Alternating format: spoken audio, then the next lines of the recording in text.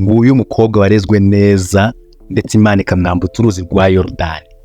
Binyibukije ka karirimbo kavuga ngo nitumara kwambuka Yorodani tuzicara dusoroma imbuto, tuzazirya nta kibazo dufite. Namwe nimukomeze.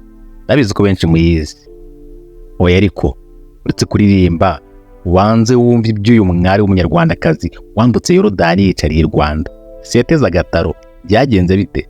Ubwo ndabizi ubwo turi bubabwire ko akomoka Kirehe, urahita uvuga uti ubwo yateze agataro nta kindi cyatumye yambuka Yorodani. Niba uri kwibwira ibyo, nakubwira ngo wowe tuzi urebe wumve iyi video yose, uramenya ukuri kwabyo n'uburyo iyo nyampinga yambutse Yorodani yibereye Kirehe. Nkuko twabasezeranyije ko tuzajya tubabwira urugendo rw'ibyamamare, intwari n'abakire banyuze bagera ku bwamamare bwabo, ubutwari n'ubukire. Uyu munsi tuzinduwe no kubabwira urugendo rw'umukobwa mwiza w'ikibasumba wigaruriye imitima ya benshi mu gisata cya sinema nyarwanda. Umukobwa wanyuze mu buzima bugoranye, wabaye umushumba, akahirira inyana n'ibindi byose bikorerwa inka. Nubwo ibi byo atari bibi, ahubwo ari umuco mwiza wa Kinyarwanda. Bitumye nsuhuza abantu mwese mukunda inka, mwanyoye inka, baba bari mu Rwanda no hanze yarwo, abanyamutara twataramye, abanyamurenge, abanyakirehe iwabo wa Nyambo n'abanyagihugu cyose cya Rwanda, kuko inka ni umuco nyarwanda. Abatazikunda ntimuntera ibuye, mbanje kwisegura kuko nzikunda by'indani. Ubona ko zanteye kurondogora, ntibagiwe ko nari ngiye kubabwira nyampinga bazi nawe Nyambo, umwana wanyoye inka. Humura ariko uyu munsi icyo cyanzinduye mubwire byose kuri we, amavu n'amavuko ye, aho yize amashuri, ko yabaye umushumba, ibyo akunda n'ibyo yanga, yihebeye mu rukundo, n'urugendo rwose yakoze kuva Kirehe kugera Kigali, akaba ari icyamamare turi kumuvuga. Abandi bakarara amajoro bareba filimi ze. Mbere ya byose ariko mbahaye ikaze kuri channel yacu. Niba utarakora subscribe, kora subscribe kandi no kunzogera kugira ngo utazajya ucikwa n'ibiganiro biryoshye binyura kuri iyi channel. Ikaze mw'isi y'ibyamamare, intwari n'abakire. Ikaze mw'isi y'umwari w'ikibasumba Nyambo Jessica.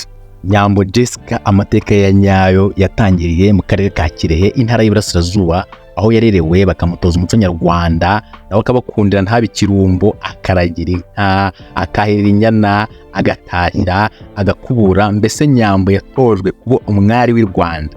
Kirehe yamureze, yanayizemo amashuri abanza, nyuma ayasoje akomereza yisumbuye Rusizi, ariko siwe yasoreje kuko imyaka 2 ya nyuma yayize Kayonza Modern School. Yari kuvuga ko byaranze imyaka 2 ya nyuma y'amashuri.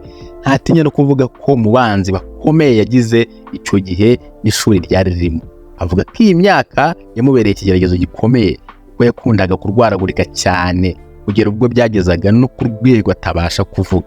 Iyi ndwara yaramushegeshe cyane, ariko hamwe no gusenga cyane yaragezeho irakira, birangira ayasoje. Iyo ari kuvuga ku buzima bwe butoroshye, kenshi bimwibutsa mama we ko yamufashije kunyura muri ibyo bibazo bikakaye. Ati nkunda mama wanjye cyane, ni umubyeyi uzi kwita ku bana be. Ati mama ni intwari rwose, naho ndi Kigali usanga aba ampangayikiye, ambaza uko meze, niba nariye, niba ubuzima buri kugenda n'ibindi. Iyo Nyambo avuga kuri mama we, rimwe na rimwe agira emotion nyinshi kanarira. Ibi byerekana ko afitanye igihango n'ibanga rikomeye. Muri make ubona nibuza amagambo yabivugamo asobanura uburyo mama we ari intwari kandi ari umuntu mwiza. Avuga ko mama we ari we wamutoje ibintu byinshi, harimo no gukunda umuco nyarwanda. Burya koko izina ryo muntu wamwise Nyambo yamwise neza, izina rihuye n'uburyo yivugira ko akunda inka cyane. Ibuka neza ko mu nka z'u Rwanda inyambo zari zifite agaciro gakomeye, ndetse zari inka z'ibwami. Nguwo Nyambo wakoranye ubwiza nk'ubw'inyambo z'ibwami. Niba mbyibuka neza, hari umugani bavuga ngo ubwiza bw'umukobwa umugezi ibwami, ariko imyitwarire ye n'agaciro k'ibikorwa bye niko kagena igihe azamarayo. Kuko niko ubwiza bwa Nyambo n'impano yari ifitemo byamugejeje mu bwami bwa sinema nyarwanda. Hari umwaka wa 2021, umwaka utazibagirana mu nteruro isobanura ubuzima bwe, kuko niwo mwaka bamwe mu bakinnyi ba filimi bakomeye batangiye kumubwira ko bamubonamo impano idasanzwe yo gukina filime. Bidatinze yatangiye gukina filime niba twibuka neza yatangiriye gukina muri filime yitwa Umuturanyi ya Clapton Kibonge, ari nawe avuga ko wamufunguye amaso akamenya umuvuno wose muri filime. Nk'uko ko Nyambo yageze mu bwami bwa sinema, bireba imbaraga ashyiramo n'ubuhanga bikorana, ubona ubwo bwami azaburambamo ugendeye ku gaciro k'ibikorwa akora. Uyu munsi wa none tuvuze ko ari we mukobwa uyoboye abandi bakina filimi ku muyoboro wa YouTube, twaba twibeshye kuko ubu afite YouTube channel ye anyuzaho na filime ye bwite, ndetse abasha gushyiraho filime 2 ku munsi. Abazi bya YouTube nibo bashobora kumva imbaraga z'umurengera Nyambo akoresha. Ndetse Nyambo rero yagaragaje umuhate ukomeye mu bwami bwa sinema, ko akigiramo haciye umwaka umwe agahita ahabwa igihembo cy'umukinnyi mwiza w'umukobwa w'umwaka, nubwo uyu mwaka atari we gihawe. Ariko iyo uganiriye n'abantu bamwe na bamwe barimo n'abakomeye muri sinema, bemeza ko iyo baba ari bo batanga igikombe bari kugiha Nyambo bitewe n'ukuntu akora cyane kandi azi gukina. Ndetse Nyambo yivugira ko nta role muri filimi atakina uretse wenda yo kuba nk'umugore w'inshinzi uhora avugira hejuru. Ati yo yangora kubera ko muri kamere yanjye nkunda kuvugira hasi.